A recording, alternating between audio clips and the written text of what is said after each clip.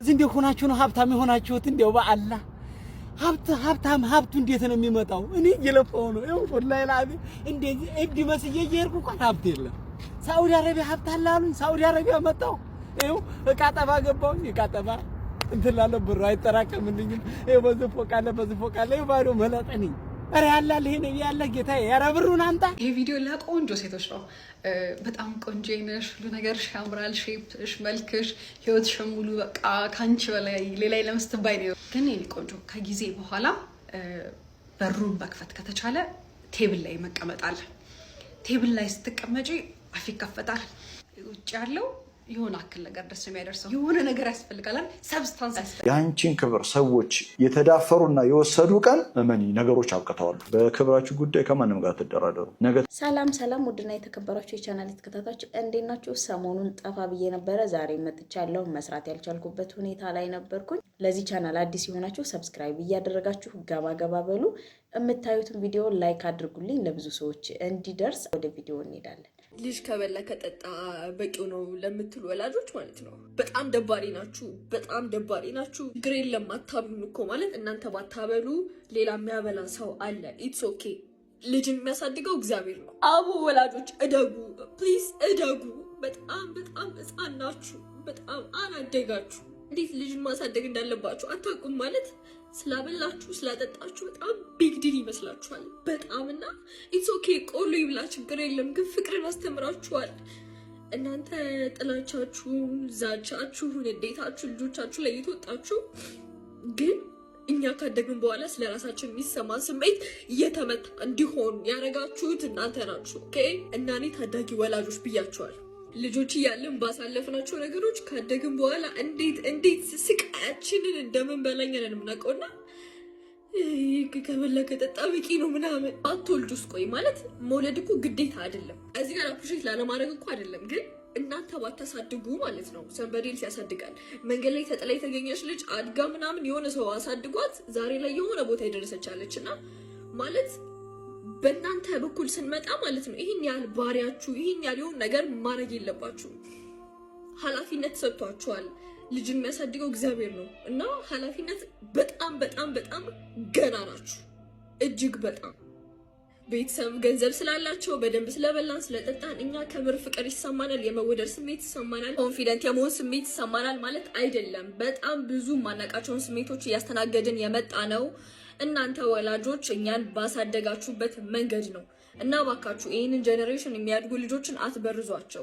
ፍቅርን መስጠትን፣ ፍቅር ማስተማርን ማለት እናንተ አሁን ላይ እንዲኖረኝ ይፈልጋሉ ብላችሁ የምታስቡትን ነገር እናንተ ሂል አድርጋችሁ ሂልድ የሆኑ ልጆችን ውለዱ። ካልሆነ ወይ አትውለዱ፣ በቃ አትውለዱ፣ ይቅርባችሁ እና እባካችሁ በሽታችሁን ለግላችሁ ያዙት። እኛ ላይ አጠምጥሙብን። እኛ ጤንነት ነው የምንፈልገው፣ እኛ ሰላም ነው የምንፈልገው። አትውለዱ። ታዳጊ ወላጆችም አሉ። አትውለዱ እያለች ነው እቺ ልጅ። በነገራችን ላይ 21 ዓመቷ ነው፣ ግን እንደ 51 ዓመት እድሜ ነው የምታስበው። ይሄ ምንም የሚወድቅ ሀሳብ አይደለም፣ ትክክለኛ ሀሳብ ነው።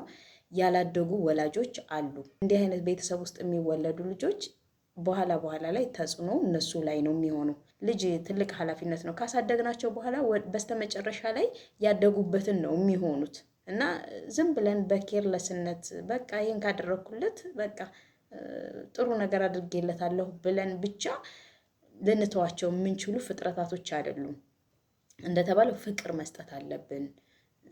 ስብዕና፣ መልካም ስብዕናን ማውረስ አለብን። መልካም እውቀትን ማውረስ አለብን። ብዙ ነገር በቃ ከኛ የሚጠብቁት በጣም ብዙ ነገሮች አሉ። እኛ ካልበሰልን ደግሞ እነሱን በምን ሁኔታ ነው ኃላፊነት ወስደን ልናሳድጋቸው የምንችለው? ሀዘን ላይ ለቅሶ ላይ ነው የምንጥላቸው። ያንም የማይጠቅሙ ልጆች፣ የሚያሳፍሩ ልጆች፣ በሄዱበት ቦታ ስማችንን በመጥፎ የሚያስነሱ ልጆች ይሆናሉ ማለት ነው። ይሄ ቪዲዮ ለቆንጆ ሴቶች ነው። በጣም ቆንጆ ነሽ፣ ሁሉ ነገርሽ ያምራል፣ ሼፕሽ፣ መልክሽ፣ ህይወትሽ ሙሉ በቃ ካንቺ በላይ ሌላ ለምስትባይ ነው የወርሾ ያ የሰጠሽ የሆነ ኢንታይትልመንት አሉ። ብዙ መንገዶችን ይከፍትልሻል። ማሻአላ ታስቀድ። ግን ይሄ ቆንጆ ከጊዜ በኋላ በሩን መክፈት ከተቻለ ቴብል ላይ መቀመጥ አለ። ቴብል ላይ ስትቀመጪ አፍ ይከፈታል። ውጭ ያለው የሆነ አክል ነገር ደስ የሚያደርሰው የሆነ ነገር ያስፈልጋል። ሰብስታንስ ያስፈልጋል። ስለ ዓለም ማወቅ ሊሆን ይችላል፣ ስለ ጀስት ኢኮኖሚ ሊሆን ይችላል፣ ስለ ፖለቲካ ሊሆን ይችላል። ትንንሽ ብዙ እውቀት አይደለም የሚያስፈልገው። ግን ወደ ቁም ነገር ስንወስደው በጣም ብዙዎቻችሁ ላይ የምታዘበው ነገር ነው። ቴብል ላይ ሰው ከተቀመጠ በኋላ ኢቭን የሰው ፕላስ ዋን ራሱ ሆናችሁ ከመጣችሁ ላይክ ስለሆነ ነገር ሲወራ ስለ ኢኮኖሚ ስለ ፖለቲካ ኤኒቲንግ ሲወራ ምንም አለማወቅ አይቻልም። ይባስ ብሎ ደግሞ አንዳንዶቻችሁ ሰውን ሼሙን ላልታስይዙ ትሞክራላችሁ። ለነገሮች ነው በጣም ነው የሚደብረው። ሁሌ ስለ ቅራቅንቦ ማውራት አይቻልም። ስለ ሴሌብሪቲ ስለምናምን ማውራት በጣም የሚያሰለች ነገር ነው። ቦታ የማያሰጥም ሲጀመርና አንዳንዴ ትራይ ቱ ሪድ አንዳንድ ነገሮች በቃ ስክሮል ስታደርጊ ሁሌ ስለሆነ ነገር ከሚሆን አላረም ዶክመንታሪዎችን የሆነ ነገሮች ለማወቅ ሞክሪ። አገሬ ምን ላይ ታለች ዓለም ምን ላይ ታለች ነገር ለማወቅ ሞክሪ። ጀስት ለጀነራል እውቀት ነው እሱ። ስለ ስፔሲፊክ ስራ ደግሞ የሚወራ ከሆነ ላይክ ትንሽ ነገሩን በዴፕት ማወቅ ሞር ሰው እንዲያከብርሽ ነው የሚያደርገው። በቃ አይ እኔ እንዲህ ነኝ እንደዚህ የሚባል ነገር የለም። መሄድም ተፈልጎ መንገዱን ጀስት ሉኪንግ ፕሪቲ ያን ያክል ላያዛልቅ ይችላልና በጣም ብዙ ቦታ ስለምታዘብ ነው ጋይስና ብትጨምሪበት ግን እንዴት እንደሚያምር አስቢ። ሉክ ሶ አሜዚንግ አት ዘ ሴም ታይም ላይ እውቀት ቢኖረው ዩ ቢካም ትሪፕል ትሬት። ወላሂ በአብዛኛው ማለት ይቻላል ሴቶች ብዙ ነገር የማናቀው ነገር አለ። የምንጨነቀው ለእውቀት ሳይሆን ከላይ ለምንለብሰው ለሜካፓችን በቃ ለሉክ ነው ለመታየት። ብዙ ሴቶች በቃ ስለ እቃ ስለ ማቴሪያል ስለ ምናምን እንጂ እኔ ጭንቅላቴ ምን ያክል ነገር ይዣለሁ፣ ምን ያክል ነገር እውቀት አለኝ፣ በዚህ ጉዳይ ላይ ብጠየቅ ምን ያክል ነገር ትንታኔ እሰጣለሁ ምናምን የሚለውን አናቅ። አብዛኛው ሴት ማለት ነው ስለ ሌላ ነገር ነው የምንጨነቀው። ምንድነው መሆን ያለብን? ከላይ ለምንለብሰው ለሜካፓችን ለሉክ ብቻ ሳይሆን በቃ ጭንቅላታችን ራሱ ቢፈተሽ ስለዚህ ነገር ምን ያክል ነገር አውቃለሁ፣ ስለ ጤና፣ ስለ ፖለቲካ፣ ስለ ሀገር ሁኔታ፣ ስለ ልጆች አስተዳደግ፣ በቃ ስለ ማህበራዊ ኑሮ ምን ያክል አውቃለሁ የሚለውን አንፈትሽም። ሁልጊዜ የምንጨነቀው ለቅራቅንቦ ነው። በቃ ቅራቅንቦ የምንለብሰው፣ የምንቀባው ነገር፣ የምንጫማው ነገር፣ የቤታችን ማቴሪያል፣ ስለ ረከቦት፣ ስለ ስኒ፣ በቃ ስለዛ ነው የምናስበው።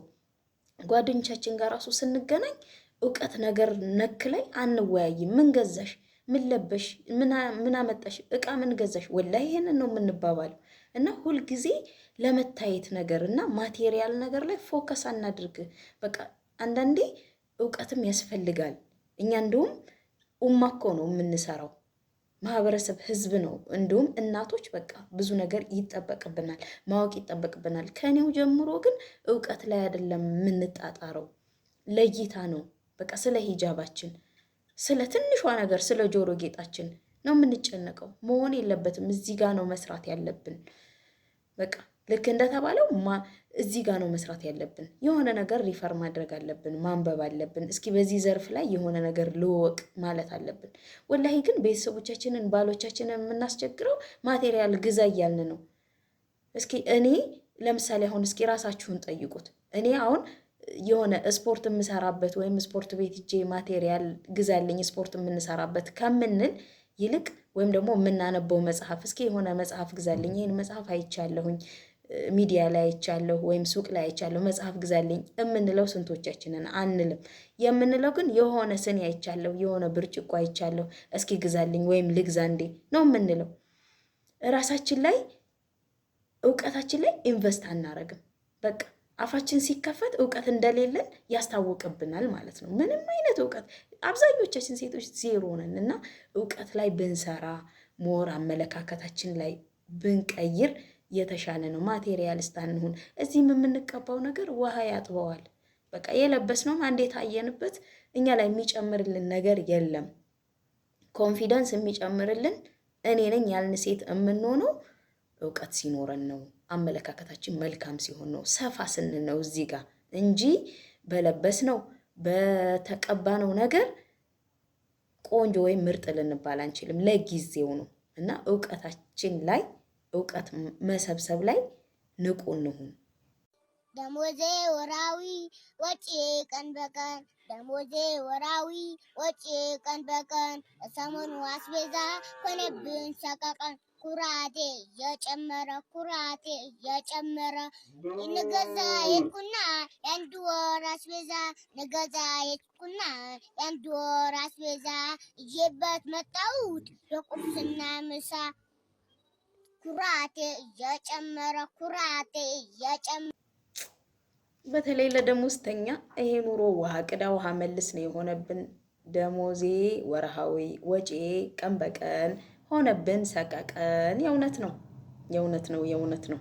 አላህ ያውጣን፣ ሀገራችንን ሰላም ያድርግልን። በነገራችን ላይ እንደዚህ ኢኮኖሚካሊ በጣም የምንቸገረው ሰላም ስለሌለን፣ ስራ ስለሌለን፣ ጤና ስለሌለን፣ በቃ ብዙ ነገራችን የተዛባብን በእነዚህ ችግሮች ነው። በጤና ጉዳይ፣ በሰላም ጉዳይ አበለጡን ደግሞ አብዛኛውን ደግሞ የሚወስደው ሰላም ነውና ሀገራችንን ሰላም አድርጎ የምንበሻበሽ ያድርገን። እንደዚህ ህፃናቶቻችንንም እያስጨነቀብን ያለ ድህነት ጓዙን አንስቶ ይልቀቀን። አሜን በሉ። የምሬት ቀጣዩ ቪዲዮ ደግሞ እኔን የገረመኝ ነው ማሳያችሁ። ዓለም ወዴት እየሄደች ነው? ኤአይ ወዴት እየወሰደን ነው የሚለውን ነገር እኔ በጣም ገርሞኛል። እንዴትም ያለንባት ወርልድ ዓለም እንዴት እየተቀየረች እንደሆነ ትልቅ ማሳያ ነው። እስኪ ስሙትና እናንተም ምን እንደተሰማችሁ ኮሜንት ላይ አስቀምጡ። በዓለማችን የመጀመሪያዋ የመንግስት ባለስልጣን የሆነችው የኤአይ ወይም አርቲፊሻል ኢንቴሊጀንስ ሚኒስትር አረገዘች። አንድ እንዳይመስላችሁ 83 ልጆች። በአውሮፓዊቱ ሀገር አልባንያ በሚኒስትርነት እያገለገለች የምትገኘው ዲዬላ የተሰኘች የኤአይ ሚኒስትር ማርገዟን ይፋ ያደረጉት የሀገሩ ጠቅላይ ሚኒስትር ኤዲ ራማ ናቸው። ጠቅላይ ሚኒስትሩ በበርሊን በነበረ ዓለም አቀፍ የውይይት መድረክ ላይ እንደተናገሩት ዲዬላ 83ቱንም ልጆች መቼም ልጆች አይባሉም ብቻ ስትገላገል በፓርላማ ረዳትነት ያገለግላሉ። የኤአይ ልጆቹ እንደተወለዱ ወተት የለ ዳይፐር የለ ዳዴ የለ በቀጥታ ወደ ስራ ይገባሉ ተብሏል። ማን ያስረገዛት? አረ ወይኔ! እንደው የሰው ልጅ በአርቲፊሻል ኢንተለጀንስ አስባችሁታል? እንግዲህ ቢሮን ሚኒስተርነትን ቦታን ያክል በኤአይ መምራት ትልቅ ማለት እኔ እንጃ ከባድ ነው።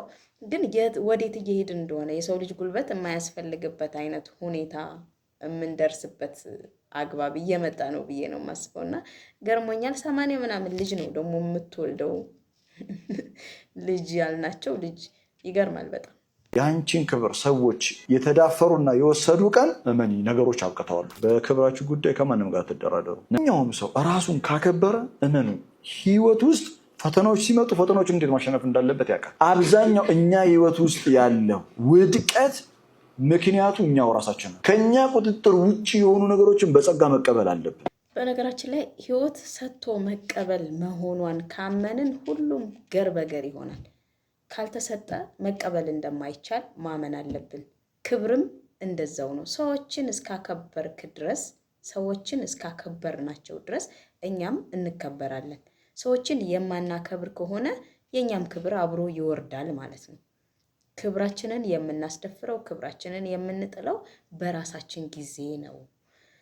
ለሌሎች ቦታ ካለመስጠት፣ ሌሎችን ዝቅ አድርጎ ከማየት፣ ሌሎችን ምን ያመጣል ብሎ ከማሰብ የተነሳ የኛም ክብር ይወርዳል ማለት ነው። ስለዚህ ክብራችንን የተነጠቅንለት በትልቁ ማሰብ ያለብን ጊዜ ነውና ክብር እንዲሁ ቀላል አይደለም። የሰው ልጅ ክብር አለው፣ ማንነት አለው። እሱን ለማስከበር ደግሞ መጀመሪያ የሰዎችን ክብር፣ የሰዎችን ማንነት፣ የሰዎችን ቦታ መጠንቀቅና ማክበር አለብን። ሰጥቶ መቀበል እለዋለሁ በእኔ አረዳድ ማለት ነው። እና ከሰጣችሁ ትቀበላላችሁ። የሰጣችሁትን ያክል ነው የምትቀበሉት። ሰፍራችሁ ከሰጣችሁ ሰፍራችሁ ትቀበላላችሁ። ያለ ገደብ ከሰጣችሁ ደግሞ ያለ ገደብ ትቀበላላችሁ ማለት ነው። በዚህ መንገድ ተረዱት። እኔ የምላችሁ ምንድነው አሁን ያለው ትውልድ የሆነ ሁሉም አጭር ቀጭን የሆነ በቃ እንዲህ እንደ ፋብሪካ ምርት እንዲተደርጎ የተሰሩ የሚመስሉት። እግዚአብሔርን እኔ የኛ ባች ብቻ ነው ብዬ አስብ ነበረ። ግን ከኛ ባች በቃ ታናናሾቻችን ምናምን እየባሰ ነው የሚመጣው። ትዝ ይላችሁ የድሮ 10ኛ ክፍሎች 12ኛ ክፍሎች እንዲህ ትላልቅ እንደነበሩ ወንዶቹ በጣም በቃ ፂም ያላቸው 10ኛ ክፍል ገና ሆኖ ትላልቅ ግብድላ ምናምን ነበሩ። ሴቶቹ ረዥም በቃ ሼፒ ምናምን ነበሩ። ያሁኖቹ እንደውም ወንዶቹ ይሻላሉ፣ ረዘም ይላሉ። ሴቶቹ ግን አጭር ቀላል እኮ ነው። ይሄ ምንም ማወቅ አለማወቅ አይጠበቅበትም። ያሁን ትውልድ በችግር ተረግዞ በችግር ተወልዶ በችግር እያደገ እንዴት ነው የሚረዝመው? እንዴት ነው የሚፋፋው? እንዴ ያለንበት ሁኔታ እኮ አሳሳቢ ነው። እንደ ሀገር አሳሳቢ ደረጃ ላይ ነው ያለነው። የኛም መብላት የኛም መጠጣት ብቻ ማየት የለብንም። ኑሮን ሰርቫይቭ ማድረግ የከበደው ስንት ማህበረሰብ አለ እና ወዶ አይደለም ወዶ አይደለም። በጣም በአመት ከሚወለዱ ልጆች ብዙ ህፃናቶች ይቀነጭራሉ፣ የምግብ እጥረት ያጋጥማቸዋል። እና አሁን ላይ የሚታየው ቀጭን ረጅም ያለችው ልጅቷ ከዚህ የተነሳ ነው። በቃ ቀንጭረን ነው እንደ ሀገር ቀንጭረናል። የምግብ እጥረት አለ፣ በቃ አለ። ፖለቲከኞቹ ላያምኑበት ይችላሉ። እኛ ግን የምግብ እጥረት በሰፊው አለ። ህፃናቶች ላይ ችግር እየፈጠረ ነው። እናቶች ካልበሉ ካልጠጡ ልጆች አይጠቡም። በቃ በተፈለገው በተጠበቀው እድገት አያድጉም፣ ይቀነጭራሉ። ያ ነው እሷ እንደ ቀልድ ጣል ያደረገችው ነገር፣ እንደ ቀልድ ፈን ሆና የሰራችው ነገር ከጀርባው ትልቅ መልእክት አለው። ይሄ የሚሆነበት ምክንያት ደግሞ ምግብ እጥረት ነው። በቃ ምግብ እጥረት መቀንጨር ስላለ ነው፣ ስላጋጠመ ነው ትውልዱ ላይ። እኔ የምለው ለመጨነቅ ስለ ሰው ለማሰብ ሰው እኮ እንደዚህ ያለኝ ወይኔ ምን ይሻለኛል ለማለት ስለ ሰው ሐሜት፣ ለወሬ፣ ለተንኮል ጊዜ የለንም። አያችሁ የሰው ልጅ ላይፍ ኤክስፔክታንሲው 80 ዓመት ነው ማክሲመም። የኢትዮጵያ ደግሞ 66 ዓመት ነው። ስለዚህ እንደው 66 ሲቀነስ የእናንተን እድሜ ቀንስ ውስጥ ስንት ይሆናል? እዚህ ኳልቱ ስንት ይሆናል? ስለዚህ ለመጨነቅ ለሰው ለማሰብ ወይኔ ሰው ምን አለኝ፣ ሰው አማኝ እኮ ሰው እኮ ስለኔ እያወራ ነው እያላችሁ ጊዜያችሁን ዌስት አታድርጉ። ራሳችሁ ላይ፣ ሰላማችሁ ላይ፣ ደስታችሁ ላይ፣ ጤንነታችሁ ላይ እዛ ላይ ብቻ ፎከስ አድርጉ። አንዳንዴ እኮ የነማቱ ሳላን እድሜ ምናምን ያለን ሰው አስተሳሰቡ ሲበስል እድሜው ሲበስል አስተሳሰቡ ሲበስል መጨነቅ ያቆማል። ለእንዲህ አይነት ነገሮች ሰው ምን ይለኛል፣ በቃ እያሙኝ ነው፣ ስለኔ እያወሩ ነው ምናምን የሚለው ነገር አያስጨንቀውም። በቃ በአጠቃላይ የሰው ልጅ ሲሰለጥን ጭንቅላቱ እውቀት ሲሞላ አእምሮ በጣም በስራ ቢዚ ሲሆን ስለምንም ነገር አይጨናነቅም። እና ለዚህች አጭር እድሜ ሰው ምን ይለኛል፣ ሰው እንዲህ ይለኛል፣ ስለኔ እያወሩ ነው ወይ ስለኔ ምናምን መጨነቅ የለብንም። እንዲሁ እኮ ሰርተንበትም ተጠቅመንበትም የማይበቃ ጊዜ ነው ያለን እና አትጨነቁ። በቃ ለበኔ አደም ለሰው ልጅ አትጨነቁ። ወደኋላ እየተዋችሁ ሂዱ። እናንተ መጨነቅ ያለባችሁ እኔ ለሰዎች ጥሩ እየሰራሁ ነው ወይ፣ ሰዎችን አልጎዳሁም ወይ፣ ሰዎችን አልበደልኩም ወይ፣ ወንጀል አልሰራሁም ወይ የሚለው ነገር ላይ ተጨነቁ እንጂ ሰዎች ስለኔ ምን እያሉ ነው፣ ሰዎች ስለኔ ምን እየሰሩ ነው የሚለውን አትጨነቁ። በቃ መተው ነው ያለባችሁ። ውድና የተከበራችሁ ተመልካቾቼ እንግዲህ ጥሩ ነገር እንደወሰዳችሁበት ተስፋ አደርጋለሁ። ጥሩ ሚዲያን ሰብስክራይብ እያደረጋችሁ ቤተሰብ ሁኑ። ይሄ ቪዲዮ ደግሞ ለብዙ ሰዎች እንዲደርስ ላይክ እና ሼር አድርጉልኝ፣ አበረታቱኝ። ይመቻችሁ። መልካም ውሎ፣ መልካም ምሽት፣ መልካም ኑሮ ብያለሁ። ቻው።